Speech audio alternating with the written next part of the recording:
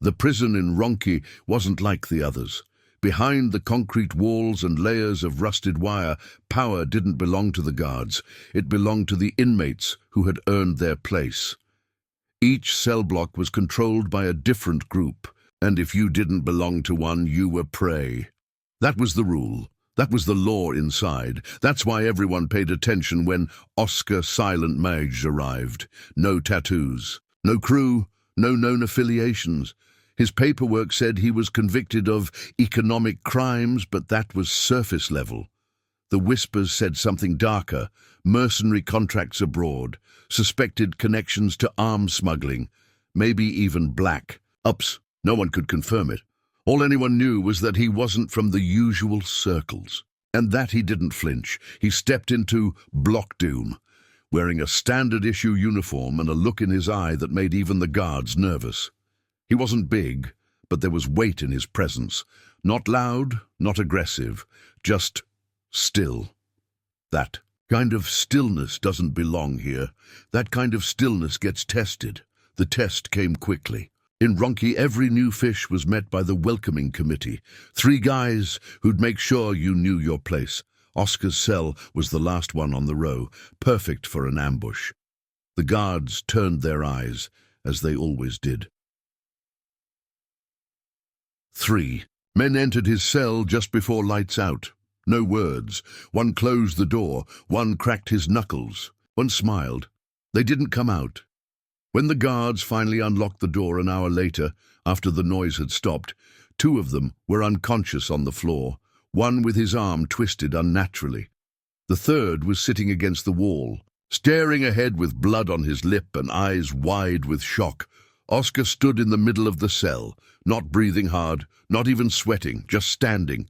"I'm not here to start problems," he said, his voice even, "but I don't run." He sat on the lower bunk as if nothing happened. The silence that followed spread across the block like smoke.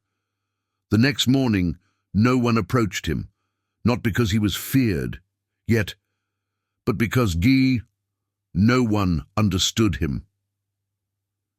In prison, fear often came from knowing someone's history, their crimes, their crew, but with Oscar there was nothing to grab onto, nothing to predict. And that scared them more than a reputation ever could. Boris, Wolf Jankowski, the unofficial king of Block D, watched from his top bunk with narrowed eyes. Boris had built his rule over years. Violence, favors, alliances. He didn't like unpredictability, and Oscar reeked of it. That evening, Boris sent a messenger. Little Rat. A skinny, fast-talking inmate known for sniffing out weakness. The idea was simple. Bait the new guy, see how he reacted. Maybe he'd get scared. Maybe he'd offer protection tax. Anything to show he could be controlled. "Funny how quiet you are," Rat said casually as Oscar lifted weights in the dusty yard.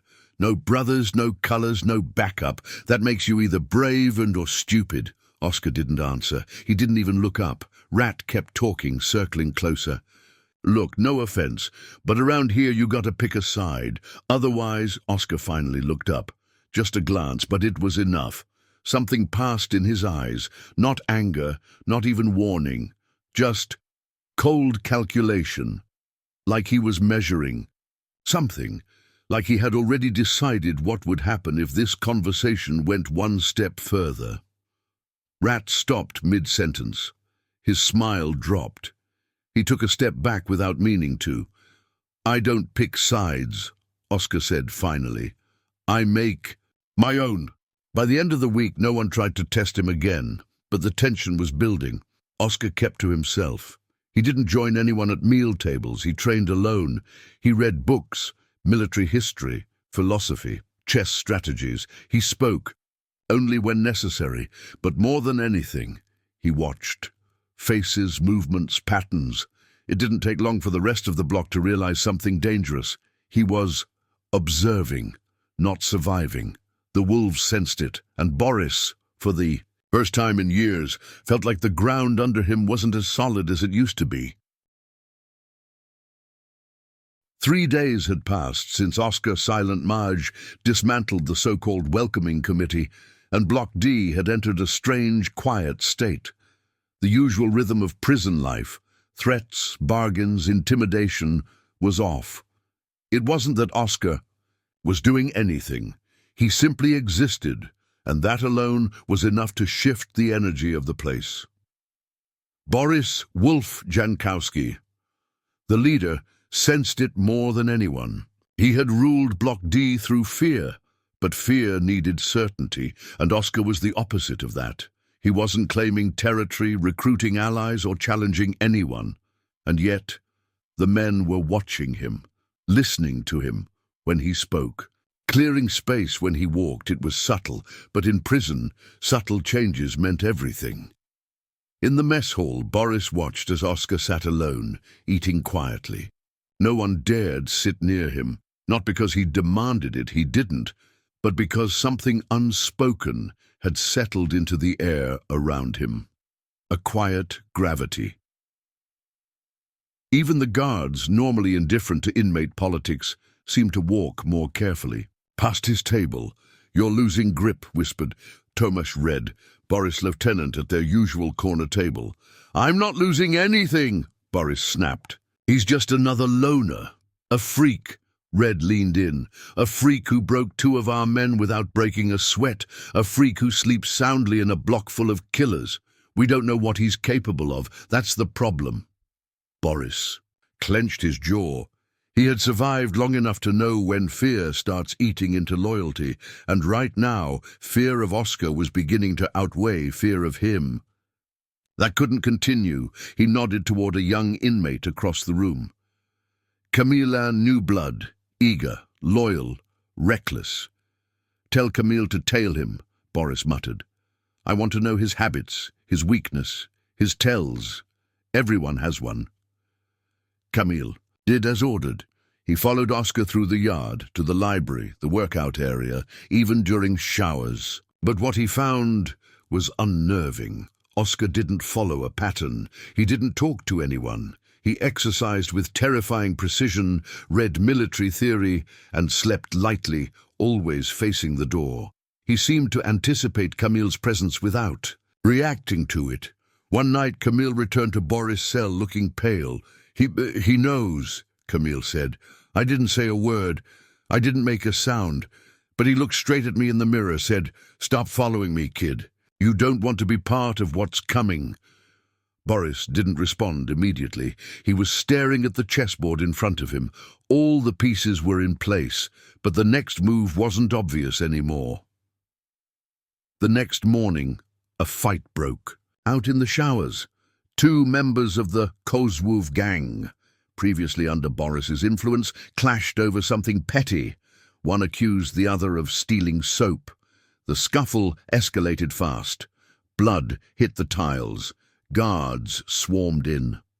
Oscar wasn't involved, but he was the first to step between them, separating the two with swift, calculated moves. No violence, just controlled force. When the guards arrived, they found Oscar holding one man by the wrist, gently, like a teacher stopping a student from making a mistake. The guards didn't punish him. They thanked him. That's when the whispers began. He stopped a fight. The guards respect him. Maybe he's not alone after all. Later that night, as the block settled down, Boris stared at the ceiling of his cell.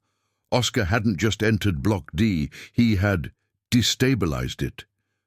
By doing nothing flashy, by refusing to play the usual games, he had made the entire hierarchy look weak. And now inmates were questioning things they'd never questioned before. If someone with no gang, no tattoos, no protection could move through this place untouchable, then maybe fear had a new face, and maybe it wasn't Boris anymore. That night Tomasz Red made a bold suggestion. "We take him out," he said. "How?" Boris replied. "We already tried Muscle. He embarrassed us. We try poison. Someone talks. We make it public. We lose face if it fails. Then we don't fail." Boris thought for a long time, then nodded slowly. "All right," he said. "Tomorrow." Make it look like an accident. No mistakes. What they didn't know was that Oscar had already predicted this. That evening, as he lay on his bunk, eyes open in the dark, he whispered to himself, "Checkmate begins before the first piece moves." Morning in Ronchi prison was always the same. Steel clanged, orders were barked, doors groaned open like the tired joints of an old beast. But today, the tension in a Bloc D-Say was thicker than usual. Inmates sensed it. Something unspoken lingered in the air, a quiet before a storm, and at the center of it was Oscar Silent Marge. He awoke as he always did, before the guards, before the first call, already dressed, already alert. He tied his boots slowly, listening to the small sounds of the block coming to life, whispered greetings, scraping metal, the subtle code of prison life. He knew they were coming. It wasn't arrogance. It was pattern recognition. He had seen the way Boris watched him, the way Red leaned in close during meals, whispering with urgency. He noticed Camille avoiding eye contact now. All the signs were there. He didn't fear the attempt. He studied it. He planned for it. The hit was scheduled for the yard break, around 10:30 a.m. That's when the guards were most distracted, shifting rotations. The sun would be high, reducing shadows, making visibility poor for those watching from the towers. Oscar went through the motions like it was any other day, stretching, running laps, sitting on the bench near the far wall, his usual spot. But he chose the spot for more than routine. It had a blind angle for cameras, yes, but it also offered control. It was the choke point between two fence lines. One way in, one way out, and that's exactly what the hitters didn't realize. Two men approached him, not locals from Block D outsiders, borrowed muscle from Block F, Powell and Shuj, Irek, lifers with little to lose and favors to gain. They had shanks hidden in their sleeves, nerves wrapped in overconfidence, and orders to make it look like a spontaneous fight. They came up casual, pretending to argue. Powell shoved Irek theatrically, bumping into Oscar's bench. The cue, Irek lunged, but Oscar was already moving. In one fluid motion, he pivoted, caught Irek's wrist mid-stab, and drove his knee into the man's gut. Irek crumpled. Pavel tried to slash, but Oscar sidestepped, grabbed his forearm, and twisted until bone popped. No yelling, no wasted movement, just precision. The whole thing took 8 seconds. Irek was on the ground, wheezing. Pavel was screaming in pain, his arm dangling uselessly. Oscar stood between them, breathing steady. Guards swarmed moments later, weapons raised. But it was over. In the security room, Warden Siwek reviewed the footage. He watched the clip. 3 times in silence. "Who is this man?" he asked. The answer was vague. "Ex-military, maybe. Record sealed. Came from pre-trial directly here. Never asked for protective custody." Siwek frowned. He'd seen fights before. Many. But not like this, not this level of control. This wasn't rage. This was calculated dominance. He leaned forward. "Put him on monitored status. I want transcripts of every conversation, every movement logged. And then, almost as an afterthought, keep him away from Boris Jankowski." Word of the failed attempt spread through the block before lunch. By afternoon, Oscar had become more than a curiosity. He had become myths, a loner who took down 2 trained killers, a ghost whose past was a blank page, a man who didn't ask for respect, but now demanded it simply by surviving. Even the guards shifted in how they treated him, subtly but real. Fewer insults, quicker responses, a kind of quiet recognition. Among inmates, reactions varied. Some admired him, some feared him, and others, like Redka, started panicking. "We need to finish it," Red hissed at Boris in the laundry room. "He's making you look weak." "No," Boris said coldly. "We're not doing anything else." Red blinked. "What are you talking about?" "I said, We're done." Boris stood, locking eyes with his lieutenant. "You think I don't see it? Everyone's watching. One more move against him, and they'll turn on us. He's already won the room." Red opened his mouth to argue, but stopped. The truth had already seeped into his bones. Oscar hadn't just survived the attempt, he had reversed the hierarchy. That night, something even stranger happened. Oscar was approached. A trio of mid-level inmates, none affiliated, walked to his cell door during quiet hour. "We're not looking for trouble," one said carefully, "but we've seen how you move, how you think. Guys are talking. Some of us don't want to live under Jankowski's thumb anymore. If you need something, we're in." Oscar looked at them, not surprised. He didn't say yes, he didn't say no, just nodded once. That was enough. Boris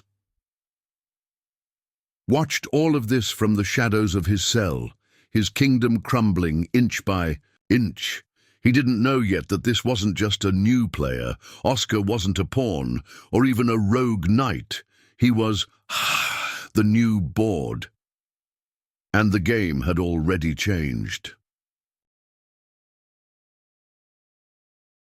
Ronki Prison had seen countless shifts in power, fights, deals, riots, all temporary flashes in a long, grim cycle. But this time, something felt different. It wasn't about muscle or drugs. It wasn't a war between blocks or an imported cartel dispute. It was Oscar Maj. He had walked in without reputation. He now stood like a king, without a crown, without a crew, and everyone was adjusting. Since the failed hit in the yard, the prison had quietly changed. Boris Jankowski, once untouchable, found himself dodging eye contact. His meals arrived slower. His men hesitated before following orders.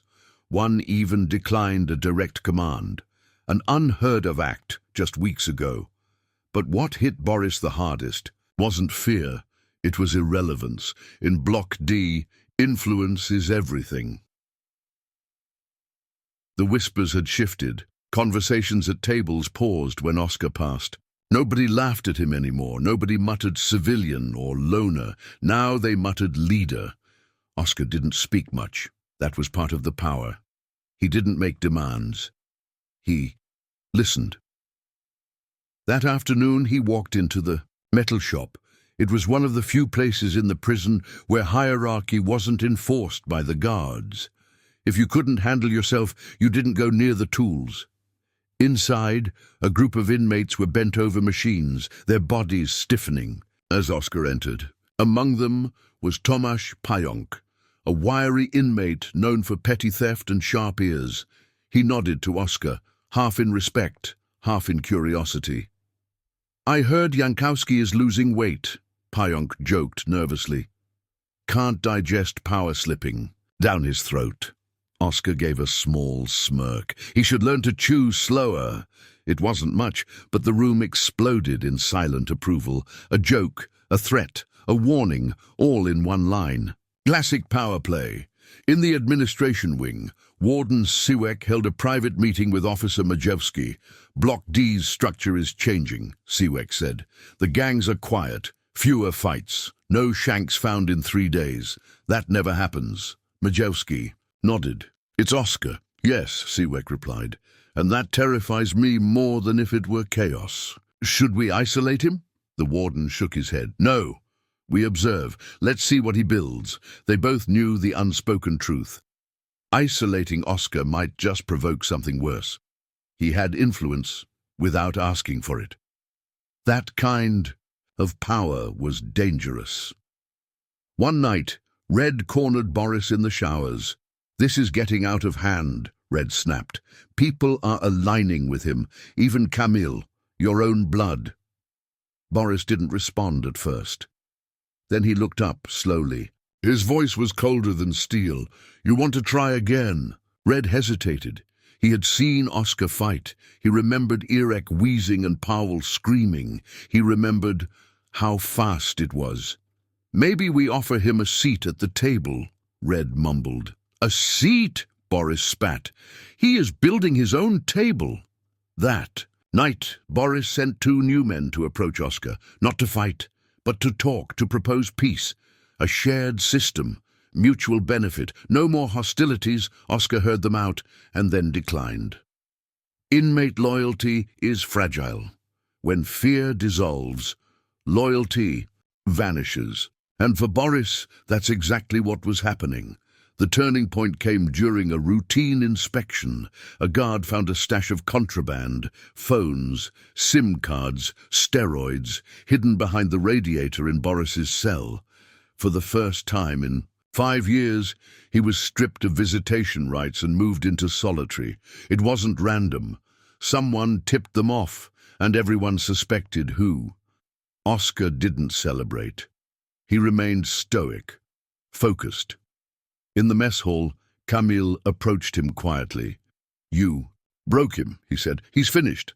Oscar nodded. "No one's ever finished, but now he's not in my way." Camille leaned in.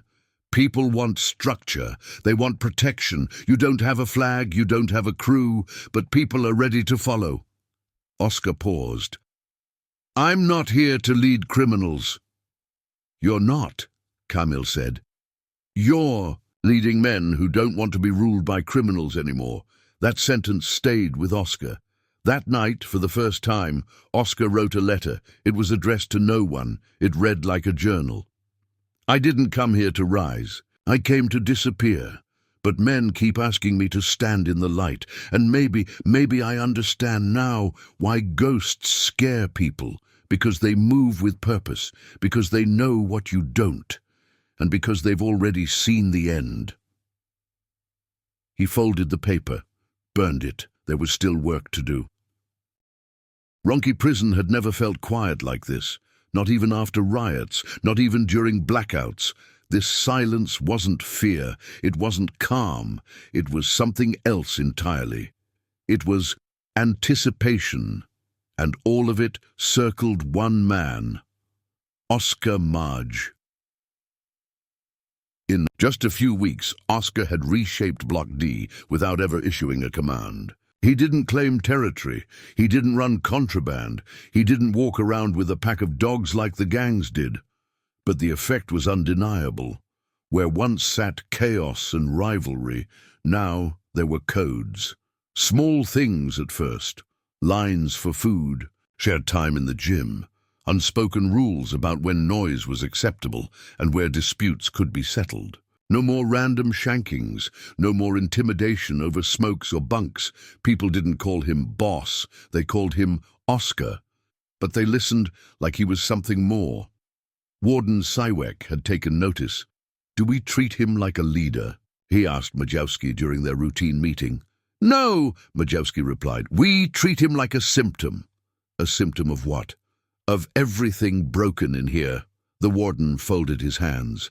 "Then let's see how long the system tolerates its own cure." Meanwhile, the old order wasn't dead yet, just wounded. Boris Jankowski returned from solitary thinner, quieter, and more dangerous. He'd spent 12 days in complete darkness, stewing in his own rage, planning. But even he couldn't deny the changes. His former men spoke less. Some avoided him entirely. Others, like Red, had started asking around discreetly who was aligning with Oscar, what he wanted, and whether they should follow too. One night, Boris caught Red whispering in the laundry unit. He slammed him into the dryers. "You want to be his man now," Boris hissed. "I want to survive," Red snapped, "and he's not trying to kill anyone." Boris let him go, but in his mind, the choice was made. Oscar had to be eliminated, not by force, that had failed, but by disgrace. The next morning, a rumor surfaced that Oscar was an informant. It spread like wildfire in any prison being labeled. A snitch was a death sentence. No gang affiliation could protect you from that stain, and Oscar had no affiliation. In the yard, eyes narrowed. Conversations paused when he passed. Even Camille, loyal as he was, looked shaken. "You hear it?" Camille asked. "I did," Oscar said calmly. "Do you want me to?" "No. Let it spread." But Oscar If it's a lie, it'll collapse under its own weight. If it's a trap, it means they're desperate. That night, someone slipped a sealed envelope under Oscar's bunk. Inside, a blurry photo from years ago showing Oscar standing near a police car, a pathetic attempt at fabrication, but enough to seed doubt. Oscar brought it straight to Officer Majewski. "Planting this," he said. "It's childish." Majewski raised an eyebrow. "You came to me with this." "I'm not hiding," Oscar replied, "and I don't play in the shadows." The officer looked at him for a long moment. "You could walk out of here with more power than most men in government," Majewski said quietly. "You realize that?" Oscar didn't blink. "Power never interested me. Control does." The next day, Oscar did something unexpected. He called a meeting. In the yard, public, open, every faction sent a rep, even Boris, unwilling to show. Weakness stood in the back. Oscar stepped forward, calm, alone. "I'm not your leader," he said. "I didn't ask for any of this. But since everyone seems to be watching me, let me be clear." He held up the photo. "This lies. Weak men use shadows because they can't survive the light." He looked around. "You don't have to like me, but if you value peace, structure, and survival, stop feeding the chaos. Build with me or fall with them. No cheers, no applause, just silence. Heavy, real." Then, one by one, heads nodded, not in loyalty, but in respect. Boris turned and walked away. Later that night, Camille found Oscar alone in the library. "You just declared war." "No," Oscar said. "I ended one." Camille sat beside him. "And what now?" Oscar looked up. "Now, we write the new rules." It was morning in Ronki, the kind of morning that felt unnatural, not because of any event, but because of what hadn't happened. No sirens, no fights, no tension in the yard, just stillness. That, in prison, is more terrifying than chaos. Oscar sat on the edge of his bunk, lacing his boots in silence. It had been 3 weeks since the failed smear campaign, the envelope, the rumors, the trap. And not only had he survived, he'd taken the narrative and bent it to his will. The factions had stopped warring, at least openly. A new rhythm was taking root. There were fewer fights, fewer drugs. Even the guards walked differently. Not because they were respected, but because they weren't needed to maintain order. Something unspoken had shifted, and everyone knew who stood in the center of it. In the admin block, Warden Siwek stared at a list of behavioral metrics. Violence incidents down 62%, contraband seizures down 40%, officer injuries 0 in a month. He tapped the paper thoughtfully. "I should be proud," he muttered. "But you're not," Officer Majewski said beside him. "No, because I didn't do this." "He did. Is that a problem?" "It's a prison, Majewski. The moment we let an inmate run things, even if he's keeping peace, we admit we've lost control." Majewski looked at him. "Maybe you never had it." That evening in the laundry room, Boris made his final move. No cameras, no guards, just 3 men with shivs and Oscar sorting linens. He heard them before he saw them. "You shouldn't be here alone," one of them said. Oscar didn't turn around. "I'm not alone. You're here." A pause. Then the first man lunged. What happened next wasn't loud or flashy. It was surgical. Oscar sidestepped the first blade, twisting the attacker's wrist until the bone cracked audibly. The second man tried to come from behind, but Oscar spun, slamming him into a metal table edge with brutal precision. The third hesitated. That was his mistake. Oscar grabbed a mop handle and struck twice, one to the ribs, one to the temple. The man collapsed. Silence, then slow, heavy applause. From the shadows, Boris stepped out. "Impressive," he said. "But you're still alone." Oscar shook his head. "You never understood. I don't need a pack behind me. I am the consequence." Boris smirked, pulled a blade, and charged. This time it was fast, brutal, raw, but Boris was older, slower. Angrier, Oscar was cold, focused, efficient. When it ended, Boris lay groaning, disarmed, blood pooling from his mouth. Later, in the infirmary, Warden Seeweck stood over Boris's broken body. "You were one of the most feared men in here," he said softly. "Now look at you."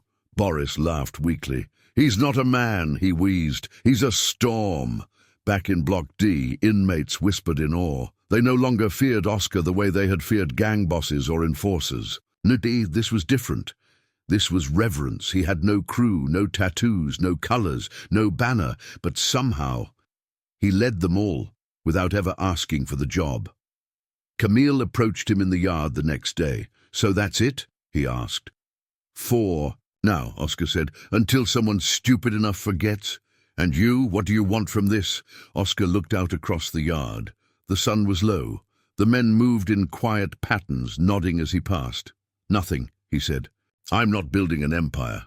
I'm showing them they don't need one." Camille nodded. "Still, it's funny." "What is?" "You're the only one without a flag, and yet they all march behind you." In the surveillance booth, Officer Majewski reviewed the footage. He paused on a frame. Oscar standing alone, arms crossed, the yard behind him still. No words. No violence, just presence. Majewski turned to Seeweck. "So what do we do with him?" The warden lit a cigarette. "Nothing, for now. But he's not a leader. Then what is he?" The warden looked through the glass. A reminder. Epilogue. 6 months later, journalists would visit Ronki to cover the miraculous drop in violence. They'd ask inmates about the change, about why this prison, notorious for gang wars, had suddenly become stable.